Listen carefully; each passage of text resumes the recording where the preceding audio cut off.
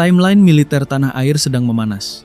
Kabar mengenai rencana pengiriman prototipe kelima KF-21 Boramae ke Jakarta menjadi konsumsi publik yang membanggakan.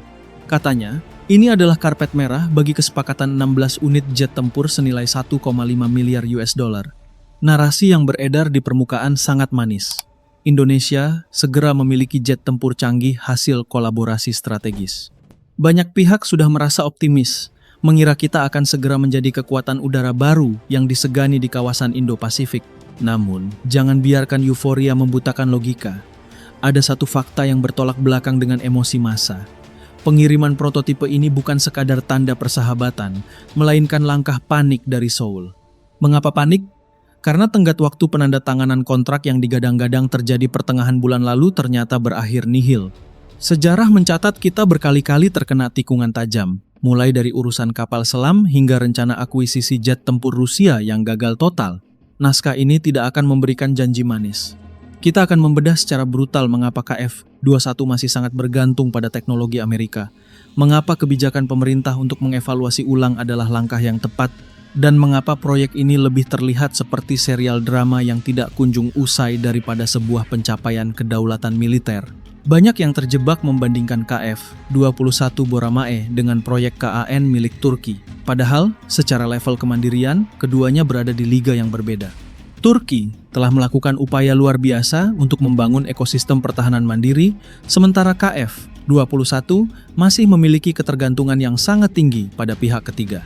Jika kita bedah secara teknis, KF-21 ini pada dasarnya adalah produk rakitan dengan komponen inti dari Amerika Serikat. Mesinnya menggunakan General Electric GF414. Rudal jarak jauhnya atau Beyond Visual Range (BVR) pun masih mengandalkan teknologi barat. Korea Selatan belum mampu memproduksi rudal udara ke udara secara mandiri yang setara dengan standar global. Memang radar AESA-nya diklaim buatan lokal, namun basis teknologinya tetap tidak lepas dari lisensi dan pengawasan barat. Tanpa mesin dari Amerika dan izin integrasi senjata dari mereka, pesawat ini hanyalah cangkang kosong yang indah. Inilah risiko kedaulatan yang paling nyata. Karena komponen vitalnya berasal dari Amerika, KF-21 tunduk pada aturan ITAR, International Traffic in Arms Regulations. Jika suatu saat kebijakan luar negeri Indonesia dianggap tidak sejalan dengan kepentingan Washington misalnya saat kita menjalin hubungan terlalu erat dengan Rusia atau Cina, Amerika memiliki hak veto. Mereka bisa menghentikan pasokan suku cadang atau mengunci sistem perangkat lunak senjata. Hasilnya, pesawat canggih seharga triliunan ini hanya bisa terbang untuk pameran udara, tapi tidak bisa digunakan untuk bertempur karena senjatanya tidak mendapatkan izin aktif. Kita tidak butuh pesawat pajangan museum. Kita butuh alat pukul yang bisa digunakan kapan saja, tanpa perlu izin dari negara lain. Sejauh ini, proyek KF-21 lebih mirip dengan serial drama Korea versi militer. Ada episode mengenai tunggakan anggaran, episode pencurian data teknis, hingga ancaman penghentian kerjasama. Sudah berulang kali plotnya berputar-putar tanpa ada kepastian kapan produksi massal yang benar-benar mandiri akan terwujud. Bagi yang sering mengikuti perkembangan industri game atau hiburan, rasanya seperti menunggu rilis produk yang terus-menerus mengalami penundaan namun tetap dipromosikan seolah-olah sudah sempurna. Sekarang mari kita bicara soal angka. Korea Selatan tiba-tiba melunak dan menerima revisi pembayaran dari Indonesia. Mengapa mereka bersedia memangkas kontribusi Indonesia dari 1,6 triliun won menjadi hanya sekitar 600 miliar won pada tahun 2025? Ini bukan soal kebaikan hati, melainkan kebutuhan ekonomi yang mendesak. Seoul dijadwalkan memulai produksi penuh KF-21 pada paruh kedua tahun 2026. Dalam industri kedirgantaraan, biaya per unit hanya bisa turun jika ada pesanan dalam jumlah besar, economy of scale.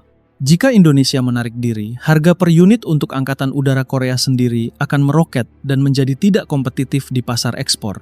Seoul sangat membutuhkan Indonesia tetap berada dalam program ini untuk mengamankan biaya produksi dan menjaga reputasi pesawat mereka di pasar internasional. Mereka lebih memilih menerima pembayaran yang lebih sedikit daripada kehilangan mitra satu-satunya dan melihat program ini runtuh sebelum lepas. Landas. Sebenarnya, jika Korea Selatan merasa sangat percaya diri dengan performa KF-21, mengapa tidak menawarkannya terlebih dahulu kepada negara tetangga seperti Filipina yang sedang membutuhkan jet tempur? Mengapa harus memaksakan kontrak kepada Indonesia di tengah ketidakpastian transfer teknologi?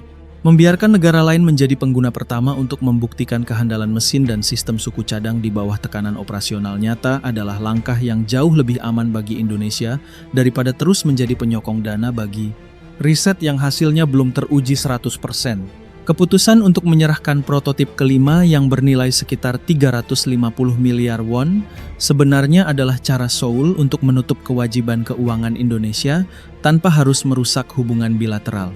Ini adalah langkah diplomatik untuk menunjukkan bahwa program tetap berjalan meskipun anggaran dipangkas drastis. Namun, kita harus tetap waspada. Apakah pengurangan biaya ini juga berarti pengurangan kualitas transfer teknologi yang akan kita terima? Di tengah tekanan dari pihak luar yang menginginkan kontrak segera diteken, pemerintah Indonesia mengambil posisi yang sangat berhati-hati. Meskipun laporan media asing menyebut kesepakatan sudah dekat, Kementerian Pertahanan RI tetap bersikukuh untuk melakukan evaluasi mendalam. Ini bukan sekadar penundaan, melainkan langkah taktis yang sangat penting.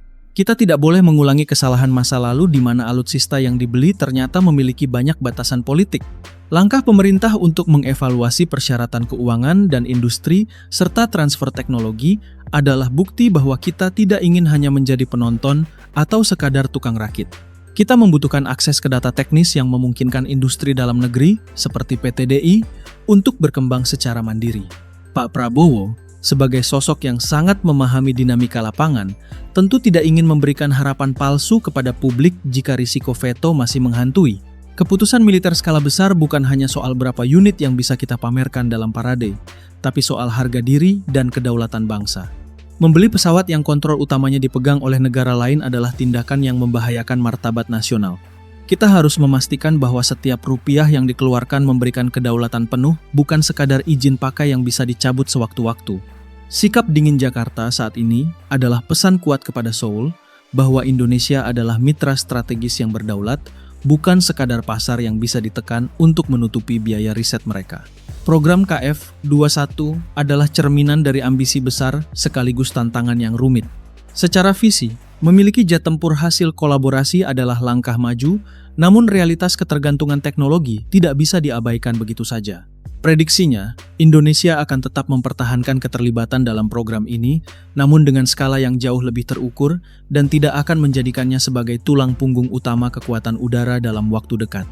Prototipe kelima yang akan diterima akan menjadi sarana pengujian dan pembelajaran bagi teknisi lokal, namun pengadaan unit tempur operasional akan terus dibandingkan dengan opsi lain seperti Rafale atau F-15EX yang memiliki kepastian operasional lebih jelas. Kedaulatan udara tidak bisa dibangun di atas fondasi yang kuncinya dipegang oleh negara lain. Selama komponen inti dan izin senjatanya masih bergantung pada telunjuk Washington, KF-21 Boramae akan tetap menjadi tantangan besar bagi kemandirian pertahanan kita. Kita harus memiliki jet tempur yang benar-benar bisa menyerang atau sekadar memiliki pesawat yang indah dipandang di dalam.